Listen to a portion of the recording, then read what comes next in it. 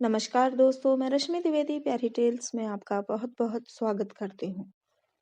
दोस्तों, आज हम सुनेंगे मुंशी प्रेमचंद द्वारा लिखी हुई कहानी भूत। कहानी आपको पसंद आए तो कृपया वीडियो को लाइक कर दीजिएगा, चैनल को सब्सक्राइब करना मत भूलिएगा। तो शुरू करते हैं आज की कहानी भूत। मुरादाबाद के पंडित सीतानाथ चौबे गत 30 वर्षों से वहां के वकीलों के नेता हैं। उनके पिता उन्हें बाल्यावस्था में ही छोड़कर परलोक सिधारे थे। घर में कोई संपत्ति न थी। माता ने बड़े बड़े कष्ट झेल कर उन्हें पाला और पढ़ाया। सबसे पहले वो कचहरी में 15 रुपए मासिक पर नौकर हुए। फिर वकालत की परीक्षा दी, पास हो गए। प्रतिभा थी। 2 ही 4 वर्षों में वकालत चमक उठी। जब माता का स्वर्गवास हुआ तब पुत्र का शुमार जिले के गणमान्य व्यक्तियों में हो गया था। उनकी आमदनी 1000 रुपए महीने से कम न थी। एक विशाल भवन बनवा लिया था।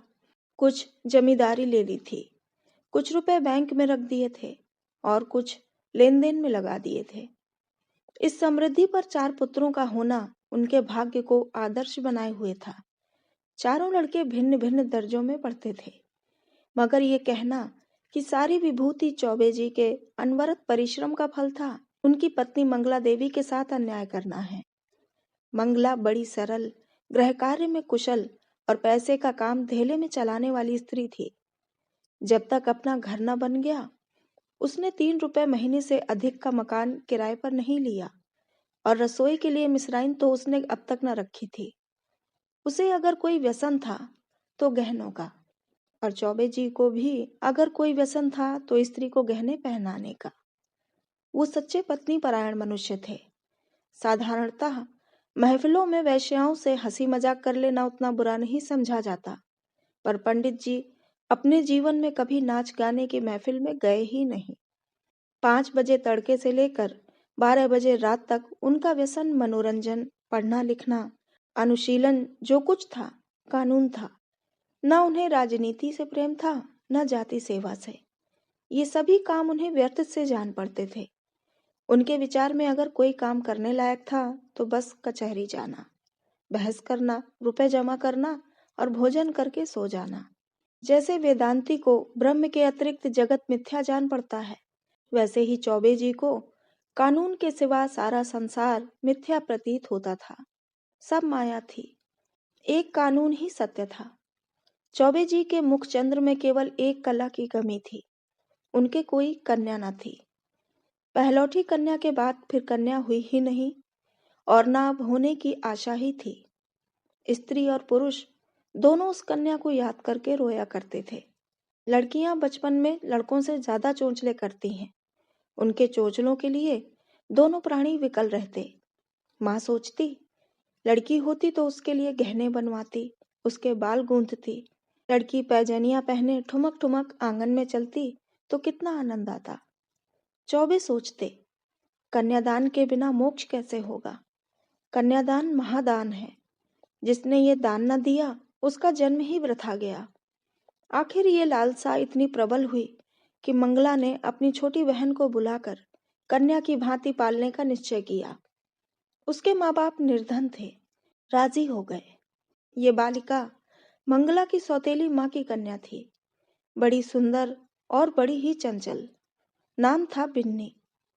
चौबे जी का घर उसके आने से खिल उठा।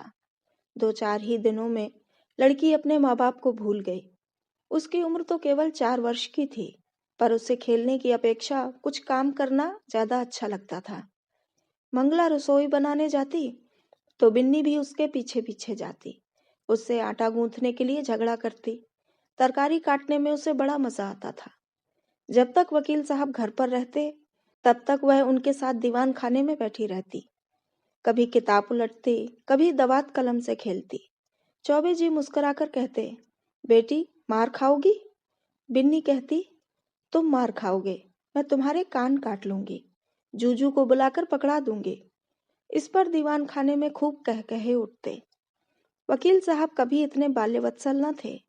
जब बाहर से आते तो कुछ ना कुछ सौगात बिन्नी के वास्ते जरूर लाते और घर में कदम रखते ही पुकारते, बिन्नी बेटी चलो। बिन्नी दौड़ती हुई आकर उनकी गोद में बैठ जाती। मंगला एक दिन बिन्नी को लिए बैठी थी। इतने में पंडित जी आ गए। बिन्नी दौड़कर उनकी गोद में जा बैठी। पंडित जी ने पूछा, तू किसकी बेटी है? बिन्नी, ना बताऊंगी। मंगला, कह दे बेटा, जीजी की बेटी हूं। पंडित, तू मेरी बेटी है बिन्नी कि इनकी? बिन्नी, ना बताऊंगी। पंडित, अच्छा, हम लोग आंखें बंद किए बैठे हैं। बिन्नी जिसकी बेटी होगी उसकी गोद में बैठ जाएगी। बिन्नी उठी और फिर चौबे जी की गोद में बैठ गई। पंडित, मेरी बेटी है, मेरी बेटी है, अब ना कहना कि मेरी बेटी है।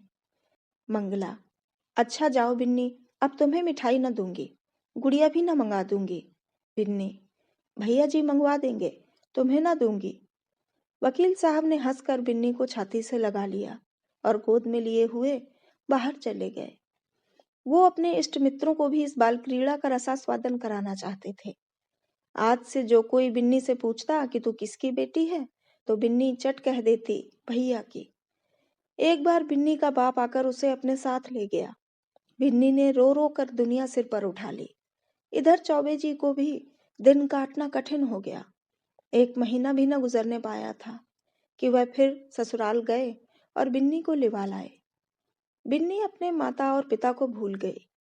वह चौबे जी को अपना बाप और मंगला को अपनी माँ समझने लगी। जिन्होंने उसे जन्म दिया था वे अब गैर हो गए। कई साल गुजर गए। वकील साहब के बेटों के विवाह हुए। उनमें से 2 अपने बाल बच्चों को लेकर अन्य जिलों में वकालत करने चले गए। 2 कॉलेज में पढ़ते थे। बिन्नी भी कली से फूल हुई। ऐसी रूप गुणशील वाली बालिका बिरादरी में और न थी। पढ़ने लिखने में चतुर, घर के काम धंधों में कुशल, बूटे कसीदे और सीने पिरोने में दक्ष, पाक कला में निपुण, मधुर भाषिणी, लज्जाशीला, अनुपम रूप की राशि। अंधेरे घर में उसके सौंदर्य की दिव्य ज्योति से उजाला होता था।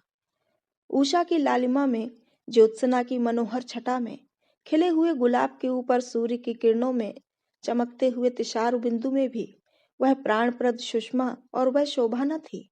श्वेत हेम मुकुटधारी पर्वत में भी वह शीतलता न थी जो बिन्नी अर्थात विंध्येश्वरी के विशाल नेत्रों में थी। चौबे जी ने बिन्नी के लिए सुयोग्य वर खोजना शुरू किया। लड़कों की शादियों में दिल का अरमान निकाल चुके थे। अब कन्या के विवाह में हौसले पूरे करना चाहते थे।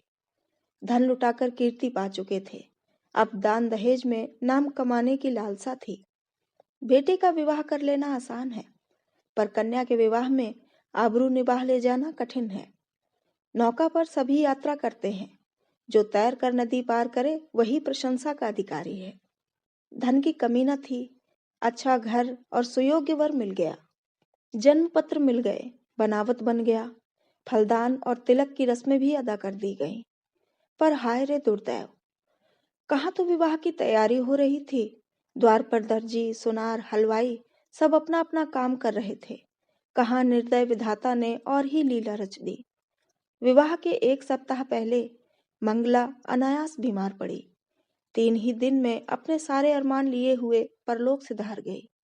संध्या हो गई थी। मंगला चारपाई पर पड़ी हुई थी। बेटे बहुएं, पोते पोतियां सब चारपाई के चारों ओर खड़े थे। बिन्नी पैताने बैठी मंगला के पैर दबा रही थी। मृत्यु के समय की भयंकर निस्तब्धता छाई हुई थी। कोई किसी से न बोलता था। दिल में सब समझ रहे थे क्या होने वाला है। केवल चौबे जी वहां न थे। सहसा मंगला ने इधर उधर इच्छापूर्ण दृष्टि से देखकर कहा, जरा उन्हें बुला दो, कहाँ हैं? पंडित जी अपने कमरे में बैठे रो रहे थे। संदेश पाते ही आंसू पोंछते हुए घर में आए और बड़े धैर्य के साथ मंगला के सामने हो गए। डर रहे थे कि मेरी आंखों से आंसू की एक बूंद भी निकली तो घर में हाहाकार मच जाएगा। मंगला ने कहा, एक बात पूछती हूँ, बुरा ना मानना, बिन्नी तुम्हारी कौन है? पंडित, बिन्नी कौन है? मेरी बेटी है और कौन? मंगला, हाँ, मैं तुम्हारे मुंह से यही सुनना चाहती थी। उसे सदा अपनी बेटी समझते रहना। उसके विवाह के लिए मैंने जो जो तैयारियां की थी उसमें कुछ छांट काट मत करना। पंडित, इसकी कुछ चिंता ना करो। ईश्वर ने चाहा तो उससे कुछ ज्यादा धूमधाम के साथ विवाह होगा। मंगला, उसे हमेशा बुलाते रहना, तीज त्योहार में कभी मत भूलना। पंडित, इन बातों की मुझे याद दिलाने की जरूरत नहीं। मंगला ने कुछ सोचकर फिर कहा, इसी साल विवाह कर देना। पंडित, इस साल कैसे होगा? मंगला, ये फागुन का महीना है, जेठ तक लगन है। पंडित, हो सकेगा तो इसी साल कर दूंगा। मंगला, हो सकने की बात नहीं, जरूर कर देना। पंडित, कर दूंगा। इसके बाद गोदान की तैयारी होने लगी। बुढ़ापे में पत्नी का मरना, बरसात में घर का गिरना है, फिर उसके बनने की आशा नहीं होती। मंगला की मृत्यु से पंडित जी का जीवन अनियमित और विशृंखल सा हो गया। लोगों से मिलना जुलना छूट गया। कई कई दिन कचहरी ही ना जाते, जाते भी तो बड़े आग्रह से। भोजन से अरुचि हो गई। विंध्येश्वरी उनकी दशा देख देख कर दिल में कुढ़ती और यथासाध्य उनका दिल बहलाने की चेष्टा किया करती थी। वह उन्हें पुराणों की कथाएं पढ़कर सुनाती, उनके लिए तरह तरह की भोजन सामग्री पकाती और उन्हें आग्रह अनुरोध के साथ खिलाती थी। जब तक वह न खा लेते, आप कुछ न खाती थी। गर्मी के दिन थे ही, रात को बड़ी देर तक उनके पैताने बैठी पंखा झला करती थी, और जब तक वह न सो जाते, तब तक आप भी न सोने जाती। वह जरा भी सिरदर्द की शिकायत करते तो तुरंत उनके सिर में तेल डालती। यहाँ तक कि रात को जब उन्हें प्यास लगती, तब खुद दौड़कर आती और उन्हें पानी पिलाती। धीरे धीरे चौबे जी के हृदय में मंगला केवल एक सुख की स्मृति रह गई। एक दिन चौबे जी ने बिन्नी को मंगला के सब गहने दे दिए। मंगला का ये अंतिम आदेश था। बिन्नी फूल ही न समाई। उसने उस दिन खूब बनाव श्रृंगार किया। जब संध्या के समय पंडित जी कचहरी से आए, तो वह गहनों से लदी हुई उनके सामने कुछ लजाती और मुस्कुराती हुई आकर खड़ी हो गई। पंडित जी ने सतृष्ण नेत्रों से देखा। विंध्येश्वरी के प्रति अब उनके मन में एक नया भाव अंकुरित हो रहा था। मंगला जब तक जीवित थी, वह उनसे पिता पुत्री के भाव को सजग और पुष्ट कराती रहती थी। अब मंगला न थी, अतएव वह भाव दिन दिन शिथिल होता जाता था। मंगला के सामने बिन्नी एक बालिका थी। मंगला की अनुपस्थिति में वह एक रूपवती युवती थी। लेकिन सरल हृदय बिन्नी को इसकी रत्ती भर भी खबर न थी कि भैया के भावों में क्या परिवर्तन हो रहा है। उसके लिए वह वही पिता के तुल्य भैया थे। वह पुरुषों के स्वभाव से अनभिज्ञ थी। नारी चरित्र में अवस्था के साथ मातृत्व का भाव दृढ़ होता जाता है। यहाँ तक कि एक समय ऐसा आता है जब नारी की दृष्टि में युवक मात्र पुत्र तुल्य हो जाते हैं। उसके मन में विषय वासना का लेश भी नहीं रह जाता। किंतु पुरुषों में ये अवस्था कभी नहीं आती। उनकी कामेंद्रियां क्रियाहीन भले ही हो जाए, पर विषय वासना संभवतः और भी बलवती हो जाती है। पुरुष वासनाओं से कभी मुक्त नहीं हो पाता, बल्कि ज्यों ज्यों अवस्था ढलती है, त्यों त्यों ग्रीष्म ऋतु के अंतिम काल की भांति उसकी वासना की गर्मी भी प्रचंड होती जाती है। वह तृप्ति के लिए नीच साधनों का सहारा लेने को भी प्रस्तुत हो जाता है। जवानी में मनुष्य इतना नहीं गिरता। उसके चरित्र में गर्व की मात्रा अधिक रहती है, जो नीच साधनों से घृणा करता है। वह किसी के घर में घुसने के लिए जबरदस्ती कर सकता है, किंतु परनाले के रास्ते नहीं जा सकता। पंडित जी ने बिन्नी को सतृष्ण नेत्रों से देखा और फिर अपनी इस उच्छृंखलता पर लज्जित होकर आंखें नीची कर ली। बिन्नी इसका कुछ मतलब न समझ सकी। पंडित जी बोले, तुम्हें देखकर मुझे मंगला की उस समय की याद आ रही है जब वह विवाह के समय यहाँ आई थी। बिल्कुल ऐसी सूरत थी, यही गोरा रंग, यही प्रसन्न मुख, यही कोमल गाल, यही लजीली आंखें। वह चित्र अभी तक मेरे हृदय पट पर खिंचा हुआ है, कभी नहीं मिट सकता। ईश्वर ने तुम्हारे रूप में मेरी मंगला मुझे फिर दे दी। बिन्नी, आपके लिए क्या जलपान लाऊं? पंडित, ले आना, अभी बैठो, मैं बहुत दुखी हूं। तुमने मेरे शोक को भुला दिया है। वास्तव में तुमने मुझे जिला लिया, नहीं तो मुझे आशा न थी कि मंगला के पीछे मैं जीवित रहूंगा। तुमने प्राण दान दिया। नहीं जानता तुम्हारे चले जाने पर मेरी क्या दशा होगी। बिन्नी, कहाँ चले जाने के बाद? मैं तो कहीं नहीं जा रही हूँ। पंडित, क्यों, तुम्हारे विवाह की तिथि आ रही है, चली ही जाओगी? बिन्नी सकुचाती हुई। ऐसी क्या जल्दी है? पंडित, जल्दी क्यों नहीं, जमाना हंसेगा। बिन्नी, हंसने दीजिए, मैं यहीं आपकी सेवा करती रहूंगी। पंडित, नहीं बिन्नी, मेरे लिए तुम क्यों हलकान होगी? मैं अभागा हूँ, जब तक जिंदगी है जीऊंगा, चाहे रोकर जीऊं चाहे हंसकर। हंसी मेरे भाग्य से उठ गई। तुमने इतने दिनों संभाल लिया, यही क्या कम एहसान किया? मैं ये जानता हूं कि तुम्हारे जाने के बाद कोई मेरी खबर लेने वाला नहीं रहेगा। ये घर तहस नहस हो जाएगा और मुझे घर छोड़कर भागना पड़ेगा। पर क्या किया जाए, लाचारी है। तुम्हारे बिना अब मैं यहाँ क्षण भर भी नहीं रह सकता। मंगला की खाली जगह तो तुमने पूरी की, अब तुम्हारा स्थान कौन पूरा करेगा? बिन्नी, क्या इस साल रुक नहीं सकता? मैं इस दशा में आपको छोड़कर न जाऊंगी। पंडित, अपने बस की बात तो नहीं, वे लोग आग्रह करेंगे तो मजबूर होकर करना ही पड़ेगा। बिन्नी, बहुत जल्दी मचाएं तो आप कह दीजिएगा, अब नहीं करेंगे। उन लोगों के जी में जो आए करें, यहाँ कोई उनका दबाल बैठा हुआ है। पंडित, वे लोग अभी से आग्रह कर रहे हैं। बिन्नी, आप फटकार क्यों नहीं देते? पंडित, करना तो है ही, फिर विलंब क्यों करूं? ये दुख और वियोग तो एक दिन होना ही है। अपनी विपत्ति का भार तुम्हारे सिर क्यों रखूं? बिन्नी, सुख दुख में काम ना आऊंगी तो और किस दिन काम आऊंगी? पंडित जी के मन में कई दिनों तक घोर संग्राम होता रहा। वह अब बिन्नी को पिता की दृष्टि से न देख सकते थे। बिन्नी अब मंगला की बहन और उनकी साली थी। जमाना हंसेगा तो हंसे, जिंदगी तो आनंद से गुजरेगी। उनकी भावनाएं कभी इतनी उल्लासमयी न थी। उन्हें अपने अंगों में फिर जवानी की स्फूर्ति का अनुभव हो रहा था। वो सोचते, बिन्नी को मैं अपनी पुत्री समझता था, पर वह मेरी पुत्री है तो नहीं। इस तरह समझने से क्या होता है? कौन जाने ईश्वर को यही मंजूर हो। नहीं तो बिन्नी यहाँ आती ही क्यों? उसने इसी बहाने से ये संयोग निश्चित कर दिया होगा। उसकी लीला तो अपरंपार है। पंडित जी ने वर के पिता को सूचना दे दी कि कुछ विशेष कारणों से इस साल विवाह नहीं हो सकता। विंध्येश्वरी को अभी तक कुछ खबर न थी कि मेरे लिए क्या क्या षड्यंत्र रचे जा रहे हैं। वह खुश थी कि मैं भैया जी की सेवा कर रही हूँ और भैया जी मुझसे प्रसन्न हैं। बहन का इन्हें बड़ा दुख है। मैं न रहूंगी तो ये कहीं चले जाएंगे। कौन जाने साधु सन्यासी न हो जाएं। घर में कैसे मन लगेगा? वह पंडित जी का मन बहलाने का निरंतर प्रयत्न करती रहती थी। उन्हें कभी मन मारे न बैठने देती। पंडित जी का मन अब कचहरी में न लगता था। घंटे तो घंटे बैठकर चले आते थे। युवकों के प्रेम में विकलता होती है और वृद्धों के प्रेम में श्रद्धा। वे अपनी यौवन की कमी को खुशामद से, मीठी बातों से और हाजिर जवाबी से पूर्ण करना चाहते हैं। मंगला को मरे अभी 3 ही महीने गुजरे थे कि चौबे जी ससुराल पहुंचे। सास ने मुंह मांगी मुराद पाई। उसके 2 पुत्र थे। घर में कुछ पूंजी न थी।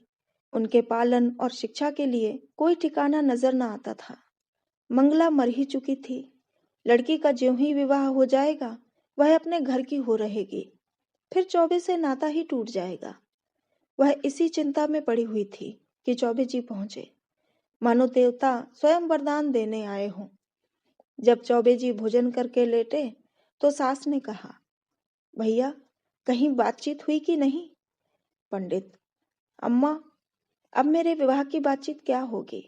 सास, क्यों भैया, अभी तुम्हारी उम्र ही क्या है? पंडित, करना भी चाहूं तो बदनामी के डर से नहीं कर सकता। फिर मुझे पूछता ही कौन है?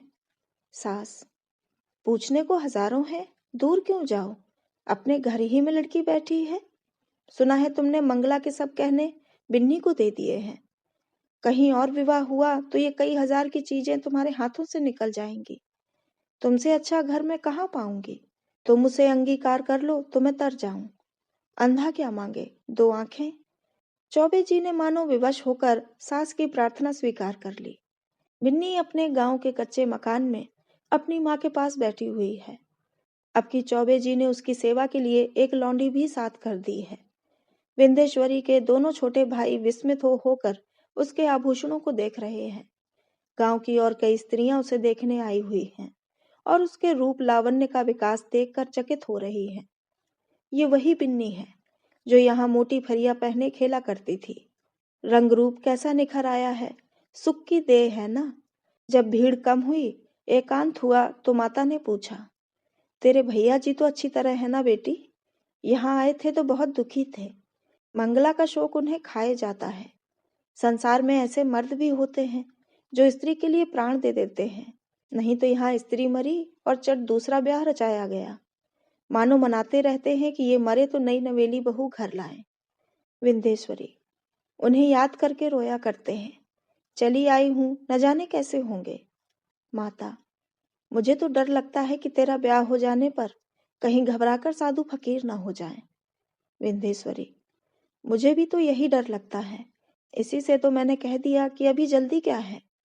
माता, जितने ही दिन उनकी सेवा करोगी उतना ही उनका स्नेह बढ़ेगा और तुम्हारे जाने से उन्हें उतना ही दुख भी अधिक होगा। बेटी, सच तो यह है कि वो तुम्ही को देखकर जीते हैं। इधर तुम्हारी डोली उठी और उधर उनका घर सत्यानाश हुआ। मैं तुम्हारी जगह होती तो उन्हीं से ब्याह कर लेती। विंध्येश्वरी, ऐ हटो अम्मा, गाली देती हो। उन्होंने मुझे बेटी करके पाला है, मैं भी उन्हें अपना पिता। माता, चुप रह पगली, कहने से क्या होता है। विंध्येश्वरी, अरे सोच तो अम्मा, कितनी बेढंगी बात है। माता, मुझे तो इसमें कोई बेढंगापन नहीं देख पड़ता। विंध्येश्वरी, क्या कहती हो अम्मा? उनसे मेरा, मैं तो लाज के मारे मर जाऊं। उनके सामने ताक न सकूं। वह भी कभी ना मानेंगे। मानने की बात भी हो कोई। माता, उनका जिम्मा मैं लेती हूँ। मैं उन्हें राजी कर लूंगी। तू राजी हो जा बस। याद रख, ये कोई हंसी खुशी का ब्याह नहीं है। उनकी प्राण रक्षा की बात है, जिसके सिवा संसार में हमारा और कोई नहीं। फिर अभी उनकी कुछ ऐसी उम्र भी तो नहीं है। 50 से 2 ही 4 साल ऊपर होंगे। उन्होंने एक ज्योतिषी से पूछा भी था। उसने उनकी कुंडली देखकर बताया है कि आपकी जिंदगी कम से कम 20 वर्ष की है। देखने सुनने में भी वह 100-200 में एक आदमी है। बातचीत में चतुर माता ने कुछ ऐसा शब्द व्यूह रचा कि सरल बालिका उसमें से निकल न सकी। माता जानती थी कि प्रलोभन का जादू इस पर न चलेगा। धन का, आभूषणों का, कुल सम्मान का, सुखमय जीवन का उसने जिक्र तक न किया। उसने केवल चौबे जी की दयनीय दशा पर जोर दिया। अंत को विंध्येश्वरी ने कहा, अम्मा, मैं जानती हूँ कि मेरे न रहने से उनको बड़ा दुख होगा। ये भी जानती हूँ कि मेरे जीवन में सुख नहीं लिखा है। अच्छा, उनके हित के लिए मैं अपना जीवन बलिदान कर दूंगी। ईश्वर की यही इच्छा है तो यही सही। चौबे जी के घर में मंगल गान हो रहा था। विंध्येश्वरी आज बहू बनकर इस घर में आई है। कई वर्ष पहले वह चौबे जी की पुत्री बनकर आई थी। उसने कभी स्वप्न में भी ना सोचा था कि मैं एक दिन इस घर की स्वामिनी बनूंगी। चौबे जी की सज धज आज देखने योग्य है। तंजेब का रंगीन कुर्ता, कतरी हुई और संवारी हुई मूछें, खिजाब से चमकते हुए बाल, हंसता हुआ चेहरा, चढ़ी आंखें, यौवन का पूरा स्वांग था। रात बीत चुकी थी। विंध्येश्वरी आभूषणों से लदी हुई भारी जोड़े पहने फर्श पर सिर झुकाए बैठी थी। उसे कोई उत्कंठा न थी, भय न था, केवल ये संकोच था कि मैं उनके सामने कैसे मुंह खोलूंगी। उनकी गोद में खेली हूँ, उनके कंधों पर बैठी हूँ, उनकी पीठ पर सवार हुई हूँ, कैसे उन्हें मुंह दिखाऊंगी। मगर वे पिछली बातें क्यों सोचूं? ईश्वर उन्हें प्रसन्न रखें। जिसके लिए मैंने पुत्री से पत्नी बनना स्वीकार किया, वह पूर्ण हो, उनका जीवन आनंद से व्यतीत हो। इतने में चौबे जी आए। विंध्येश्वरी उठ खड़ी हुई। उसे इतनी लज्जा आई कि जी चाहा कहीं भाग जाए, खिड़की से नीचे कूद पड़े। चौबे जी ने उसका हाथ पकड़ लिया और बोले, बिन्नी, मुझसे डरती हो? बिन्नी कुछ न बोली, मूर्ति की तरह वहीं खड़ी रही। एक क्षण में चौबे जी ने उसे बिठा दिया। वह बैठ गई। उसका गला भर भर आता था। भाग्य की ये निर्दय लीला, ये क्रूर क्रीड़ा उसके लिए असह्य हो रही थी। पंडित जी ने पूछा, बिन्नी बोलती क्यों नहीं? क्या मुझसे नाराज हो? विंध्येश्वरी ने अपने कान बंद कर लिए। यही परिचित आवाज वह कितने दिनों से सुनती चली आती थी। आज वह व्यंग से भी तीव्र और उपहास से भी कटु प्रतीत होती थी।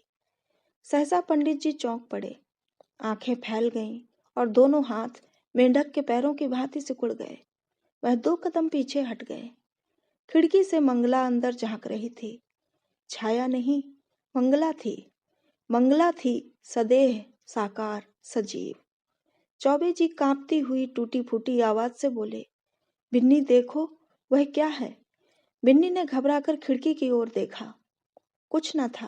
बोली, क्या है? मुझे तो कुछ नहीं दिखाई देता। चौबे जी, अब गायब हो गई, लेकिन ईश्वर जानता है, मंगला थी। बिन्नी, बहन? चौबे जी, हाँ हाँ वही, खिड़की से अंदर झांक रही थी। मेरे तो रोए खड़े हो गए। विंदेश्वरी कांपती हुई बोली, मैं यहाँ नहीं रहूंगी। चौबे, नहीं नहीं बिन्नी, कोई डर नहीं है, मुझे धोखा हुआ होगा। बात यह है कि वो घर में रहती थी, यहीं सोती थी। इसी से कदाचित मेरी भावना ने उसकी मूर्ति लाकर खड़ी कर दी। कोई बात नहीं है। आज का दिन कितना मंगलमय है कि मेरी बिन्नी यथार्थ में मेरी ही हो गई। ये कहते कहते चौबे जी फिर चौंके। फिर वही मूर्ति खिड़की से झांक रही थी। मूर्ति नहीं, सदेह, सजीव, साकार मंगला। अब की उसकी आंखों में क्रोध न था, तिरस्कार न था, उनमें हास्य भरा हुआ था। मानो वह इस दृश्य पर हंस रही है, मानो उसके सामने कोई अभिनय हो रहा है।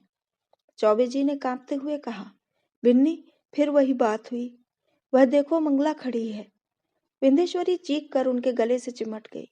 चौबे जी ने महावीर का नाम जपते हुए कहा, मैं किवाड़ बंद किए देता हूँ।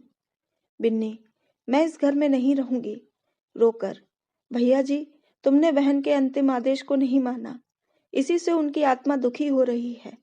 मुझे तो किसी अमंगल की आशंका हो रही है। चौबे जी ने उठकर खिड़की के द्वार बंद कर दिए और कहा, मैं कल से दुर्गा पाठ कराऊंगा।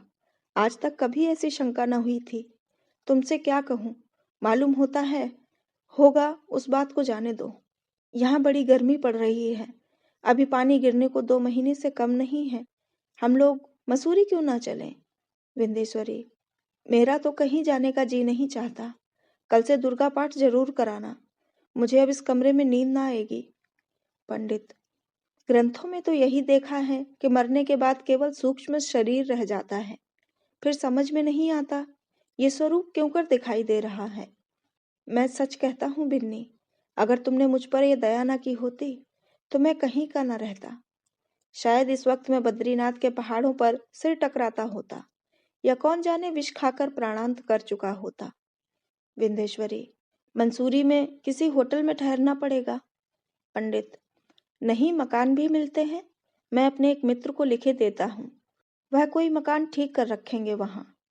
बात पूरी न होने पाई थी कि न जाने कहां से जैसे आकाशवाणी हो आवाज आई, बिन्नी तुम्हारी पुत्री है। चौबे जी ने दोनों कान बंद कर लिए। भय से थर थर कांपते हुए बोले, बिन्नी, यहाँ से चलो। न जाने कहां से आवाजें आ रही हैं। बिन्नी तुम्हारी पुत्री है। ये ध्वनि सहस्त्र कानों से पंडित जी को सुनाई पड़ने लगी, मानो इस कमरे की एक एक वस्तु से यही सदा आ रही है। बिन्नी ने रोकर पूछा, कैसी आवाज थी? पंडित, क्या बताऊं, कहते लज्जा आती है। बिन्नी, जरूर बहन जी की आत्मा है। बहन, मुझ पर दया करो, मैं सर्वथा निर्दोष हूं। पंडित, फिर वही आवाज आ रही है। हे ईश्वर, कहाँ जाऊं? मेरे तो रोम रोम में वही शब्द गूंज रहे हैं। बिन्नी, बुरा किया। मंगला सती थी, उसके आदेश की उपेक्षा करके मैंने अपने हक में जहर बोया। कहाँ जाऊं, क्या करूं? ये कहकर पंडित जी ने कमरे के किवाड़ खोल दिए और बेतहाशा भागे।